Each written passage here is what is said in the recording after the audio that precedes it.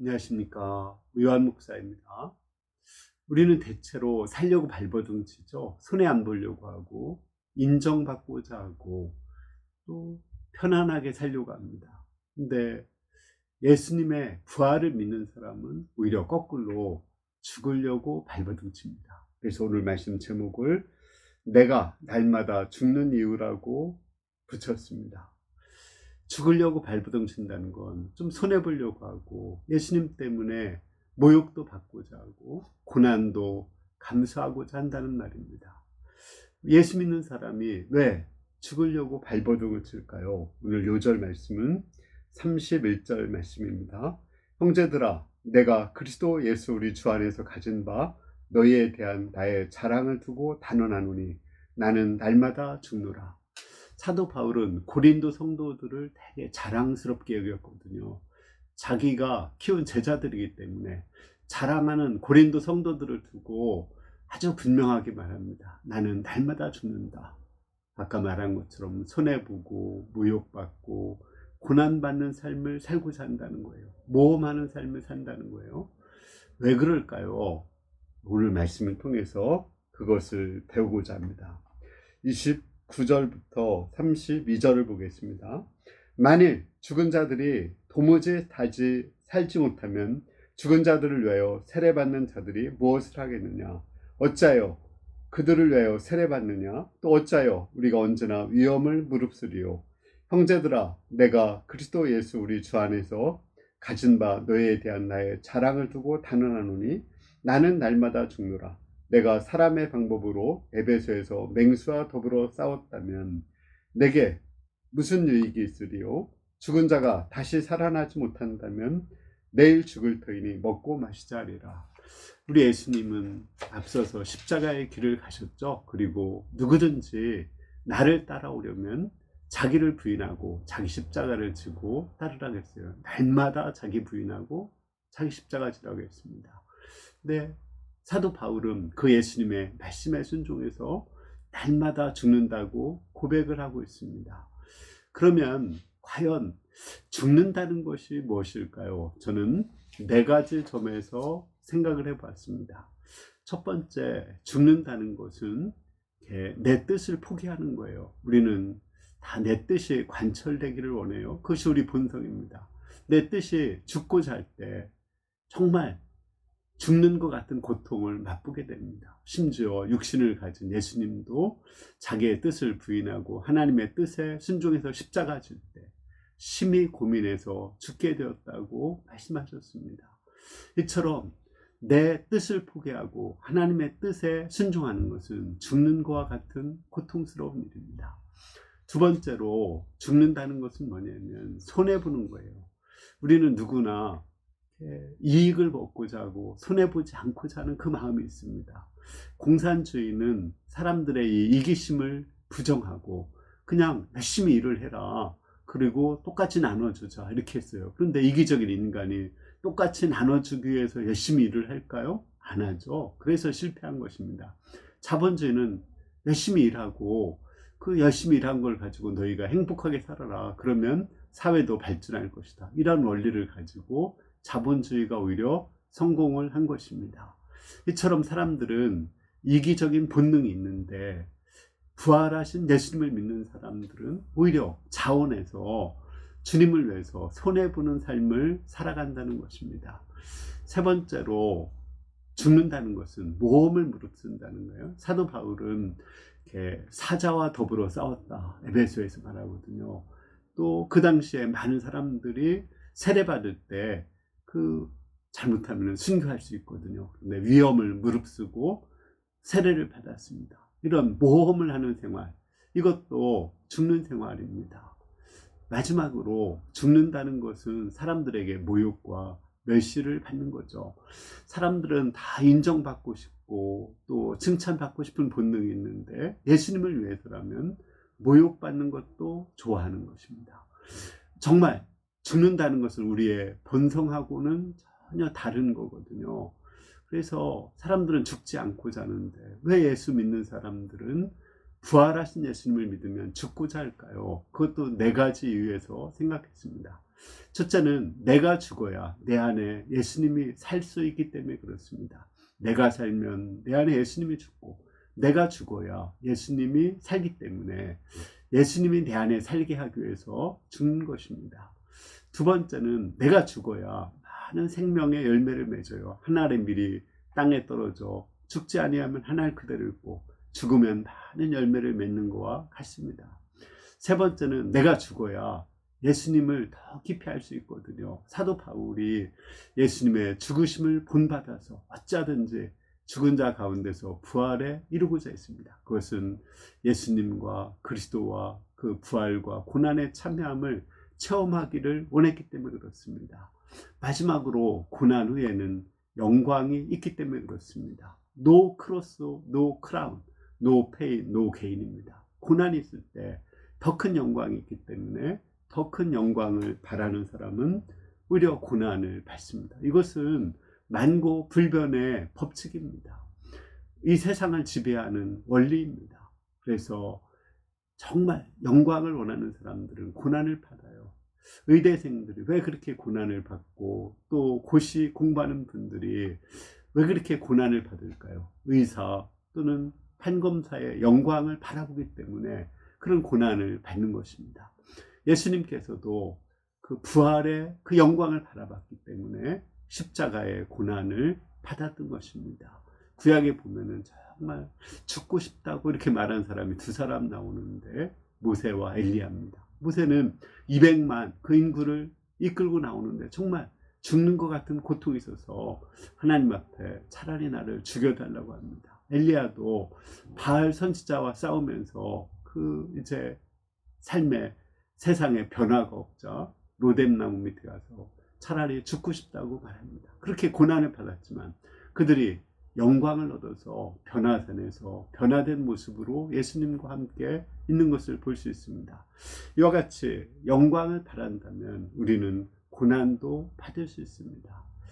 우리가 정말 죽기를 원한다는 것은 사실은 더 살고 싶고, 더 영광을 받고 싶고, 또 내 안에 예수님이 높임받고 예수님을 더 많이 체험하고 싶기 때문에 그런 것입니다. 그러면 우리 예수님을 믿는 사람이 이렇게 사는데 정말 우리 삶 속에서 이런 것을 체험할 수 있을까요? 저는 그런 사람들을 우리 주위에서 보고 있습니다. 우리 하이델베르크 독일의 홍갈렙 선교사님이 있습니다. 그분은 이렇게 누구든지 제 목숨을 구원하고자 하면 잃을 것이요, 나와 복음을 위해서 제 목숨을 잃으면 구원하리라는 그 말씀의 은혜를 받고, 손해보고 예수님 때문에 모욕받고 또 위험을 무릅쓰고 모욕과 멸시도 받고자 했습니다. 그때 오히려 하나님께서는 그를 높여주시고 라이너 그 유럽 지부장 목자를 제자로 양성하고 또 놀라운 하이델베르크 UBF 역사를 이루어 주셨습니다. 요즘 이야기도 있습니다. 우리 포천을 개척하는 김갈렙 목자님은 자기 아버지가 53살에 돌아가셨거든요. 자기가 53살이 되면은 개척을 나가겠다고 서원 기도를 했어요. 근데 그는 종로 일부 목자였거든요. 되게 안정된 삶을 살고 있었는데 53살에 개척을 나가고자 하니까 야 정말 미친 짓이다. 너 굉장히 고생길이 환하다고 다 말렸습니다. 그런 믿음으로 나갔을 때 오히려 문제 많았던 그 세 형제 자매 그 자녀들이 다 변화가 되고 또 하나님을 체험하게 되었습니다. 첫째는 ADHD인데 이렇게 군대도 못 갈 수밖에 없었는데 군대 갔다 와서 지금 취업을 하고 있습니다. 둘째는 방 안에 틀어박혀서 게임만 하고 있었는데 재수해서 한양대에 합격하게 되고 지금 목자 훈련을 받고 있습니다. 셋째 딸은 그 이대에 들어가서 거기서 과 수석을 하고 있습니다. 그것뿐 아니라 정말 돈이 없는 가운데 연금까지 깨서 개척을 했는데 오히려 자립하고 또 미자립 센터를 돕는 그런 센터가 되었습니다. 이것이 3년 만에 이루어진 것입니다. 이와 같이 죽고자 하면 오히려 살게 됩니다. 근데 우리가 단 한 번뿐이 없는 인생, 그냥 먹고 마시고 즐기자 이런 사람도 있습니다. 죽으면 끝이니까 지금 마음껏 즐기자는 그런 사람들이 있습니다. 이런 사람들을 요즘 말로는 욜로족이라고 합니다. 욜로라는 것은 you only live once입니다. 그냥 한 번뿐인 삶이니까 위험이 있어도 마음껏 즐기자, 이것이 욜로족입니다.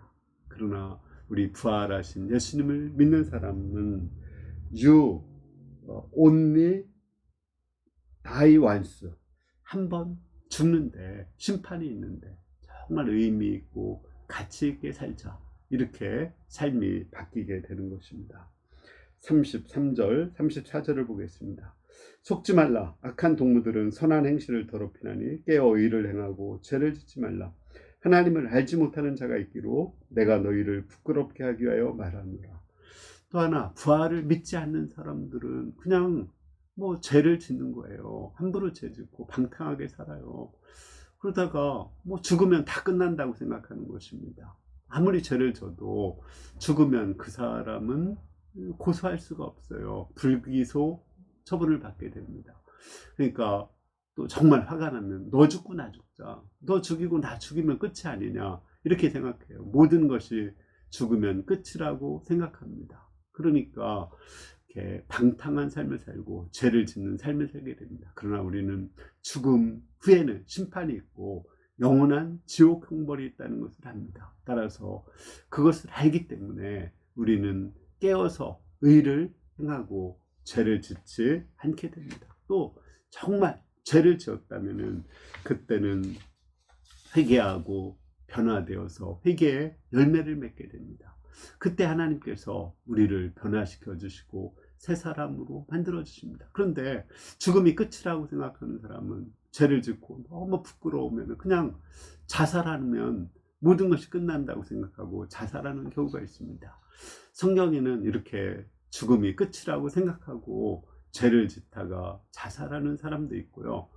죄를 지었어도 끝까지 회개하며 훈련을 받은 그 두 종류의 사람이 있습니다. 특히 동명이인으로 그 두 사람이 나오고 있습니다. 우리 구약의 유다 있죠? 그 야곱의 네 번째 아들이고 유다 지파의 조상이고 메시아의 조상인 유다가 있습니다. 그는 아내를 잃고 두 아들을 잃었어요. 너무 허한 마음을 달래려고 창녀촌에 갔는데 며느리하고 잠을 잔 거예요. 그리고서 쌍둥이를 낳았어요. 그것이 모든 사람들에게 알려졌습니다. 얼마나 창피해요.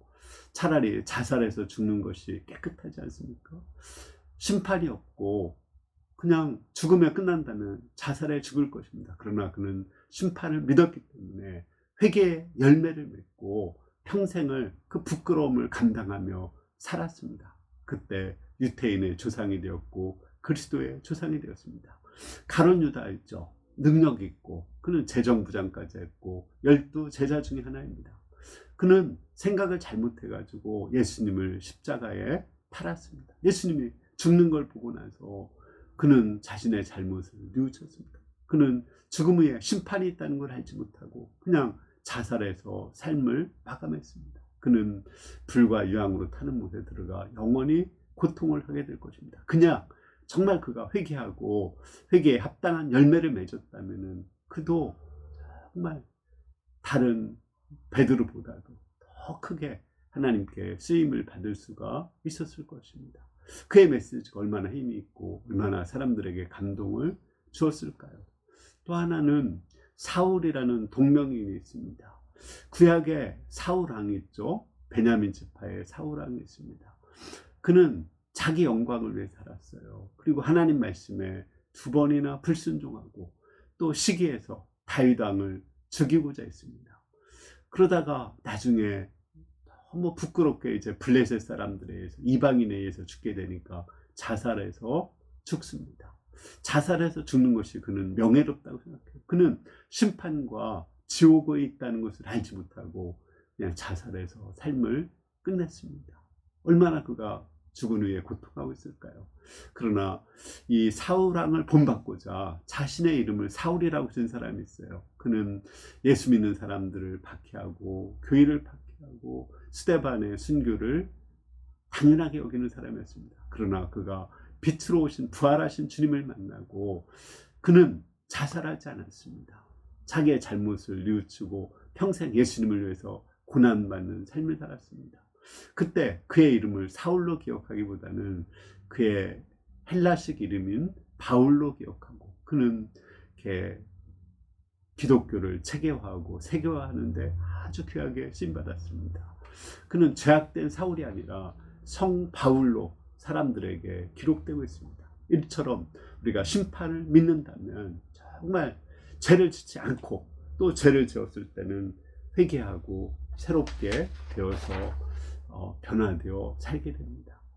여러분들이 정말 부활과 심판을 믿는다면, 하나님의 상급과 또 영원한 지옥 형벌을 믿는다면 어떻게 살겠습니까? 지금 죽는 삶을 살게 됩니다. 좀 더 손해보는 삶을 살게 돼요. 그리고 예수님을 위해서 모욕도 받고 모험도 하게 되고, 또 내 뜻을 포기하기도 합니다. 또 주님을 위해서 깨끗하고 의롭게 살고, 요셉처럼, 또 아니면 죄를 지었을 때는 유다처럼 정말 회개하며 살게 됩니다. 죽음을 사랑하게 돼요. 우리는 죽음이 있다는 걸 알고, 심판이 있다는 걸 알고, 하나님의 상급이 있다는 걸 알고, 오히려 죽음을 사랑해야 돼요. 사람들은 사자를 싫어하죠. 죽었다고. 그래서 1, 2, 3, 4층이라고 안 하고 4라고 F자를 써서 놓습니다.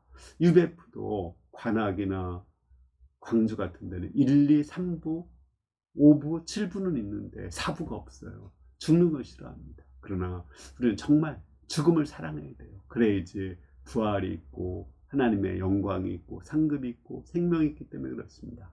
저는 444 이라는 것을 내 비번이나 또는 아이디로 많이 씁니다. 제가 죽고자, 의도적으로 죽고자 발버둥 치는 거죠. 누가 죽는 걸 좋아하겠어요? 그렇지만 죽고자 발버둥 칩니다. 왜냐하면 그 후에 부활의 영광이 있고, 또 하나님께 귀하게 쓰임받고, 우리 예수님을 배울 수 있고, 또 예수님이 내 안에 살기 때문에 그렇습니다.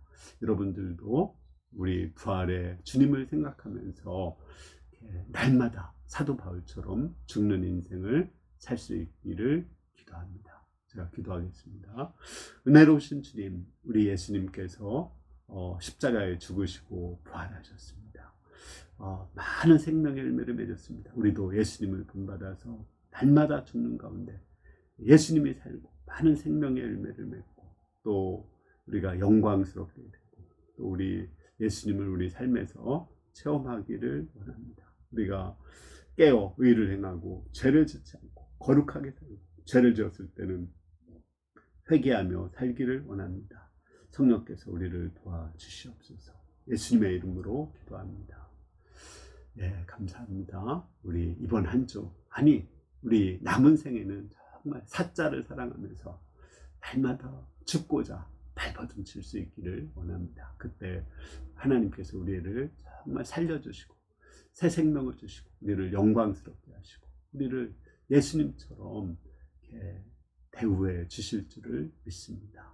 감사합니다.